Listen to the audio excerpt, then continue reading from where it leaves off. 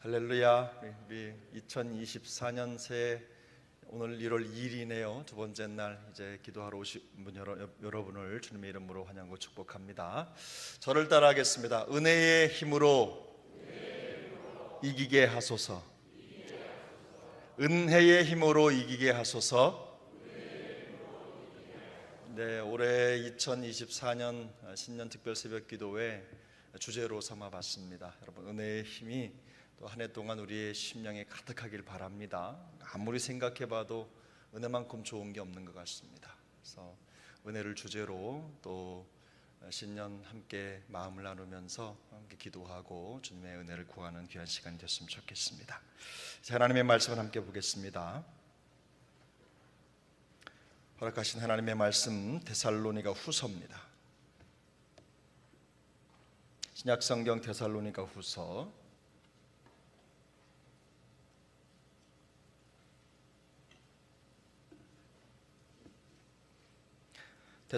후서 2장 16절입니다.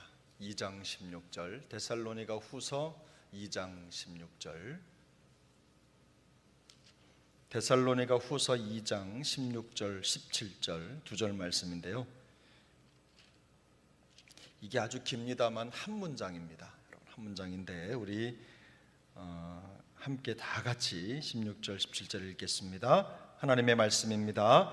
우리 주 예수 그리스도와 우리를 사랑하시고 영원한 위로와 좋은 소망을 은혜로 주신 하나님 우리 아버지께서 너의 마음을 위로하시고 모든 선한 일과 말에 굳건하게 하시기를 원하노라. 아멘. 우리 한 번 더 읽겠습니다.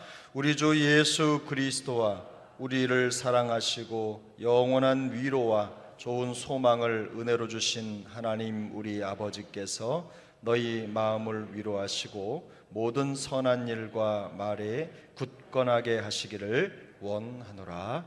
아멘. 오늘 말씀의 제목은 우리를 사랑하시고 영원한 위로와 좋은 소망을 은혜로 주신 하나님입니다.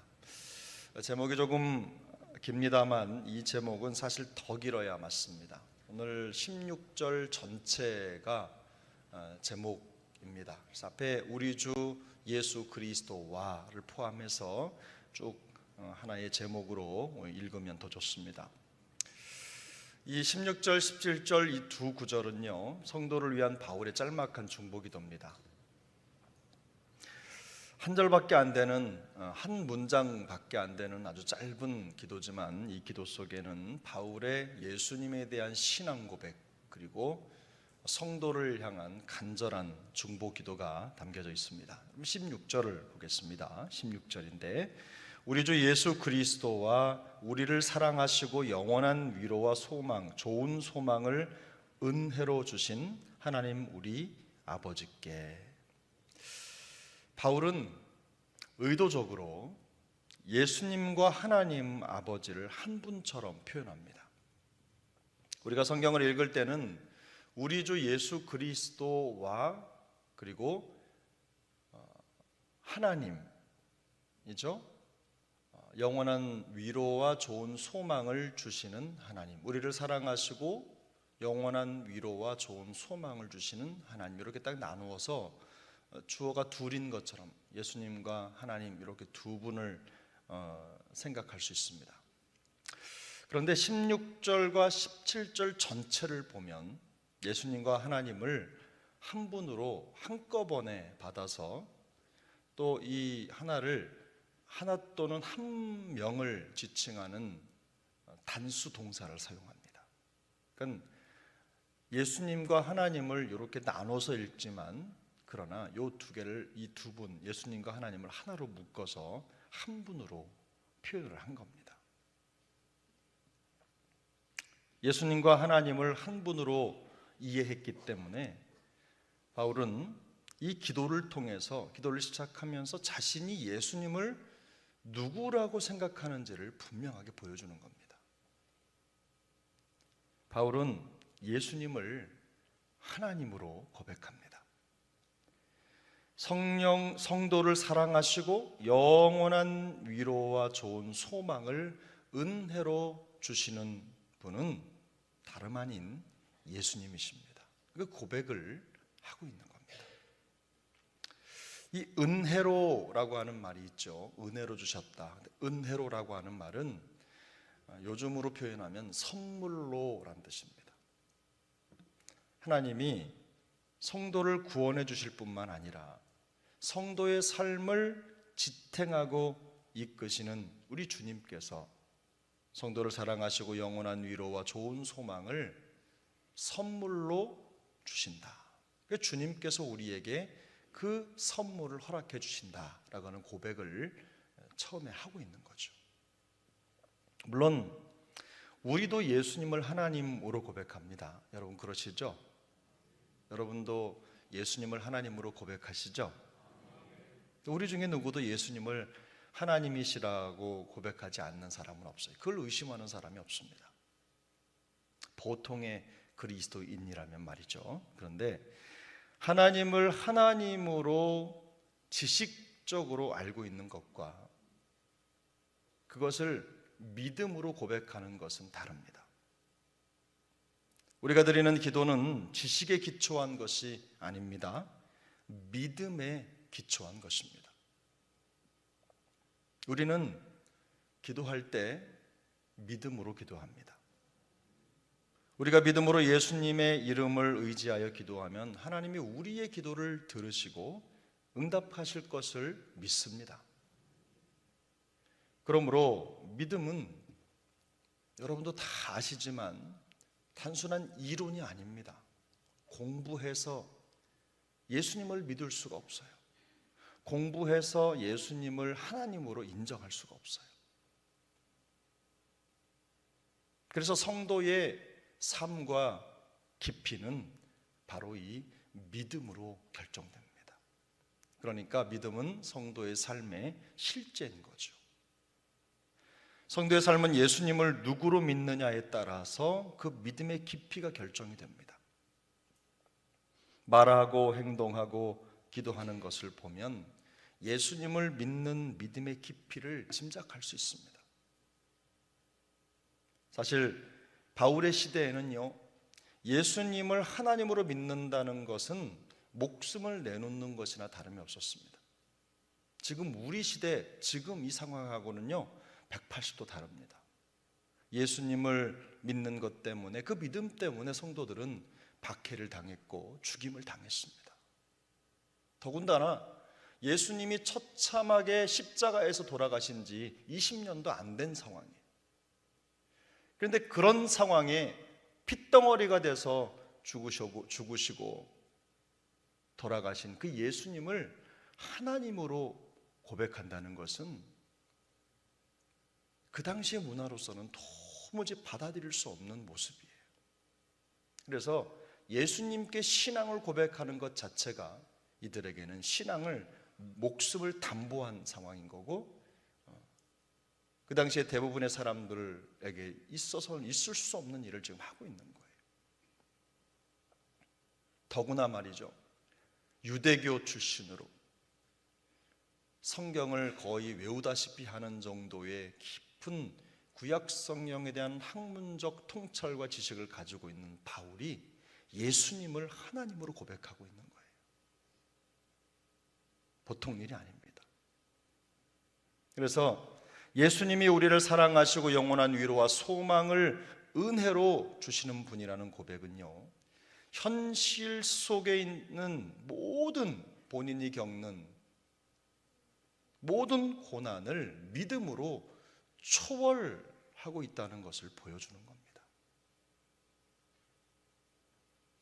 현재의 삶이 편안하고 안락하기 때문에 예수님께서 사랑과 위로와 소망을 주시는 분이라고 고백하는 게 아닙니다.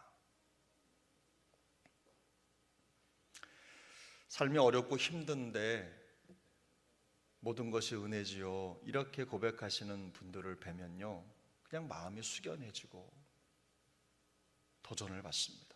근데 우리가 편안할 때, 모든 것이 잘 될 때는요, 항상 은혜죠, 위로죠, 소망이 있습니다, 이렇게 고백하죠. 실제로 그렇습니다. 그런데 고통 중에 있을 때, 어려움이 있을 때, 삶의 위기가 있고 위협이 있을 때, 그때도 주님 때문에 위로를 얻고 소망을 발견하고 하나님의 은혜라는 것을 고백하는 것은요, 결코 쉽지 않습니다. 위기와 도전과 위협이 도사리고 있지만 그럼에도 불구하고 사랑해 주시고 영원한 위로와 좋은 소망을 은혜로 주시는 분이심을 고백하는 것, 이게 진짜 믿음입니다. 왜냐하면 예수님이 온 세상을 통치하는 하나님이심을 믿기 때문에 이렇게 고백할 수 있는 겁니다. 이 믿음 때문에 지금 당장 현실적인 문제가 해결되지 않을 수도 있습니다. 이 믿음 때문에 현실의 문제가 더 어려워질 수도 있어요. 그런데 그럼에도 불구하고 결국 모든 것이 주님의 은혜였음을 고백하는 것, 바로 그게 진정한 믿음이고 마음속에 예수님을 하나님으로 고백하는 신앙입니다. 바울은 지금 이 모든 상황의 주권이 하나님께 있음을, 다스리고 계신 분이 예수님이심을 지금 고백하고 있는 겁니다. 그러므로 우리에게 일어나는 모든 일들은 우리를 사랑하시는 주님께서 장차 우리에게 영원한 위로와 또 좋은 소망을 은혜로 주시는 기도 응답의 과정이라는 것입니다. 언젠가도 말씀드렸죠. 우리 성도의 삶은 우리가 주님의 나라에 들어갈 때까지 계속 뭐라고 했죠? 계속 공사 중, 들어보셨죠? 그래서 완성되지를 않아요. 계속 뭔가 만들어져 가는 건데 우리의 기도의 제목도 마찬가지예요. 뭔가 어떨 때는 하나님이 정말 응답하셨어요라고 고백하고 그런 줄 알았는데 또 일이 바뀌고 또 어려워지고 상황이 바뀌면서 그 하나님이 응답하셨어요라고 말했던 말이 궁색해지고 마음속에 이렇게 조금 부담이 되는 경우도 있잖아요.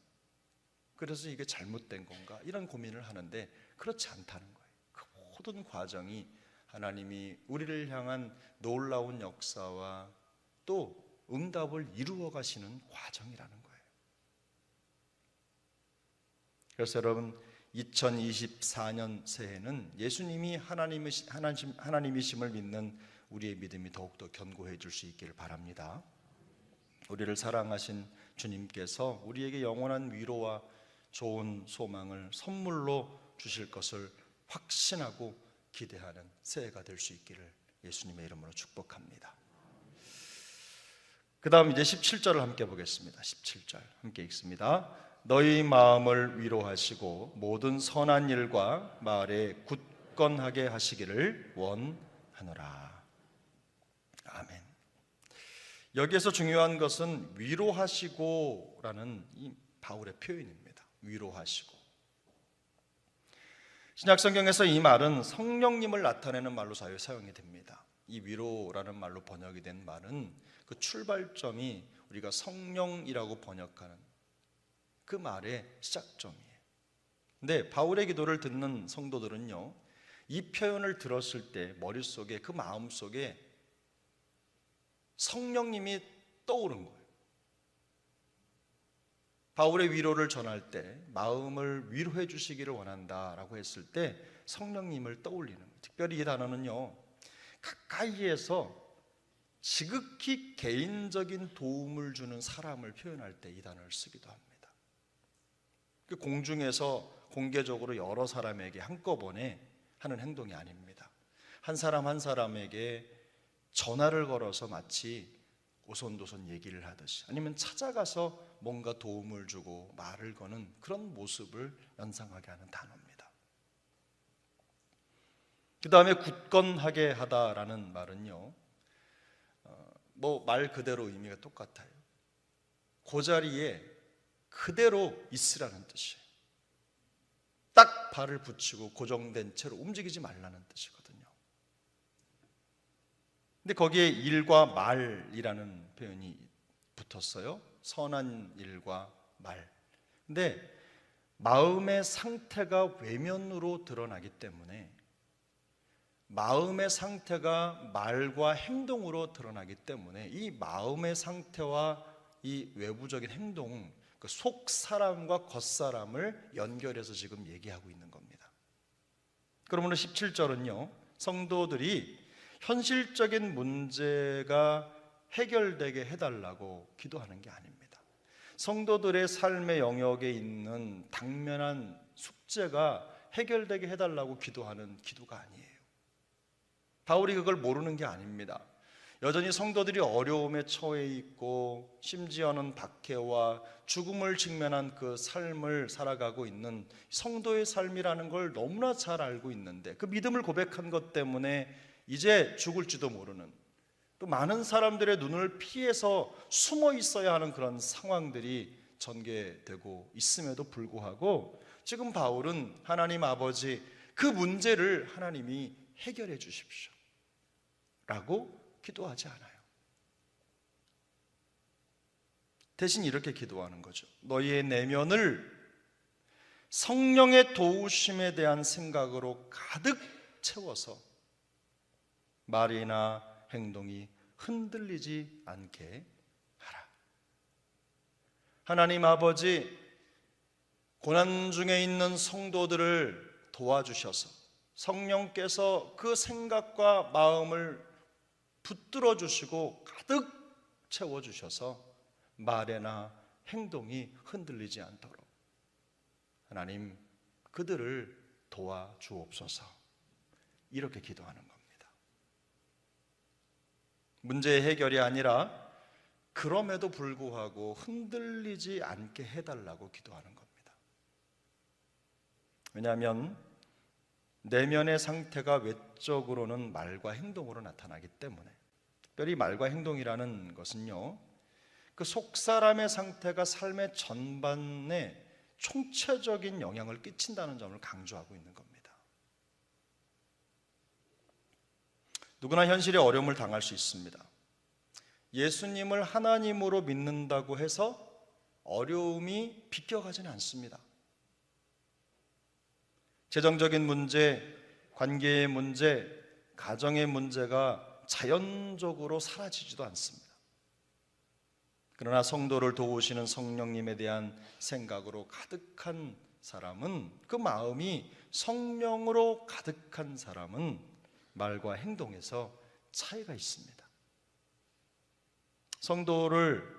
바울의 이 성도를 위한 기도는요, 그들에게 새로운 마음을 주시고 또 어려울수록 말과 행동에 성령님 때문에 격려를 얻고 또 더 생기 있게 해달라고 기도하고 있는 거예요. 왜 우리가 성경을 보면 금식할 때 어떻게 했죠? 성경은 뭐라고 말씀하죠? 네? 어떻게 하죠? 금식할 때 어떻게 하라고 말씀하고 있어요? 머리에 기름을 바르고 예쁘게 단장하고 정돈되는 모습으로 하라고. 다른 사람들이 내가 금식하니까 초췌한 모습으로 제가 지금 기도하고 있습니다, 이런 거 하지 말라고. 하나님 앞에 기도할 때 더 깨끗하고 정갈하게, 마치 금식하지 않는 것처럼, 어느 때보다도 더 잘 먹고 더 잘 쉬는 것처럼 그런 모습으로 그렇게 하라고. 그게 내면의 기쁨을 가지고 있는 사람들의 진정한 모습이라는 거죠. 성도의 삶은 결코 외부로부터 무너지는 게 아닙니다. 외부에서 오는 공격 때문에 성도의 삶이 무너지는 게 아닙니다. 마음과 생각이 성령의 지배를 받지 못하기 때문에 무너지는 것입니다. 이런저런 상황을 겪으면서 부정과 불평을 쏟아놓거나 비방을 일삼는 사람들은요, 이미 그 마음이 성령의 인도로부터 멀어져 있다는 증거입니다. 대개는 어려움이 있으면 기도를 합니다. 혼자 기도하기도 하고 집에 앉아서 무릎을 꿇어 기도하기도 하고 여러모로 기도의 방법을 찾아요. 거기까지는 참 좋아요. 근데 기도를 하는데 말이 바뀌질 않아요. 기도를 하는데 행동이 바뀌질 않아요. 엄밀하게 보면요, 기도하고 있는 게 아닙니다. 고집을 부리고 있는 거예요. 그리고 그게 내 삶을 결정하는, 이론적으로는 알고 있는 거예요. 내가 뭔가를 결정하고 내 마음을 정할 때 내가 기도해야 된다는 걸 알고 있는 거예요. 그런데 전적으로 하나님을 의지하는 기도가 아닙니다. 성령으로 가득한 사람의 마음은, 말은, 행동은 다릅니다. 그 말과 행동이 바로 그 마음의 증거입니다. 그러므로 성령께서 우리의 마음을 주장하시도록 성령께 기회를 드릴 수 있기를 바랍니다. 성령님의 생각과 인도하심으로 다스려지는 우리의 속사람이 될 수 있기를 바랍니다. 아무리 어려워도 믿음 없는 말이나 행동으로 성령의 역사를 가로막는 일이 없기를 바랍니다. 우리에게 다가오셔서 끊임없이 도움과 확신과 위로를 선물로 주시는 우리 주님을 끝까지 기대할 수 있기를 축복합니다. 우리를 놀라게 하실 하나님을 끝까지 기대하면서 기도하는 우리 영가족 되시기를 예수님의 이름으로 축복합니다. 어려울 때일수록 성령 충만한 말과 행동으로 우리가 성령 하나님과 동행하고 있음을 많은 사람들에게 증명해 보일 수 있기를 바랍니다. 우리가 고난당할 때면요, 하나님이 우리를 시련에서 빼내주시기를 간절하게 기도하죠. 그렇게 기도하는 게 맞습니다. 그렇게 기도해야 됩니다. 그렇게 하지 말라는 말이 절대로 아닙니다. 할 수 있는 한 우리는 우리 주님께서 수렁에 빠진 우리를 건져주시기를 간절하게 기도해야 돼요. 그러나 하나님께서 우리 인생 속에 어둡고 힘든 밤 같은 현실을 허용하시는 이유는요, 우리를 성장하게 하시려는 것입니다. 어려움을 통해 더 많은 것을 배우고 주님의 은혜와 사랑의 힘을 더욱 신뢰하고 그 가운데 성장하고 성숙하게 하기 위해서 하나님 우리에게 종종 고난을 주십니다. 올 한 해 우리 하나님과 동행할 수 있기를 축복합니다. 우리를 사랑하시고 우리에게 영원한 위로와 좋은 소망을 선물로 주실 우리 주님을 더욱 신뢰하는 한 해가 되시기를 바랍니다. 우리를 가까이에서 도우시는 성령님과 동행하면서 성령 충만한 말을 하고 또 굳건한 믿음의 행동으로 은혜 받은 사람의 증표를 삼을 수 있기를 바랍니다. 한번 저를 따라 한번 해보시죠. 은혜의 힘으로 모든 것을 이기게 하소서. 여러분, 올 한 해를 시작하면서 이번 한 주 동안 제가 매번 설교를 마칠 때마다 이 문장을 할 겁니다. 은혜의 힘으로 모든 것을 이기게 하소서. 여러분, 이 문장 한 문장이 우리 인생의 등불이 될 수 있기를 바랍니다. 이 문장, 은혜의 힘으로 모든 것을 이기게 하시는 그 하나님의 능력이 우리의 인생의 길을 밝히는 등대가 될 수 있기를 축복합니다. 그래서 오늘 한 해도 말씀의 능력으로 은혜의 힘으로 이기는 우리 사랑하는 세종항 영가족 모두가 될 수 있기를 예수님의 이름으로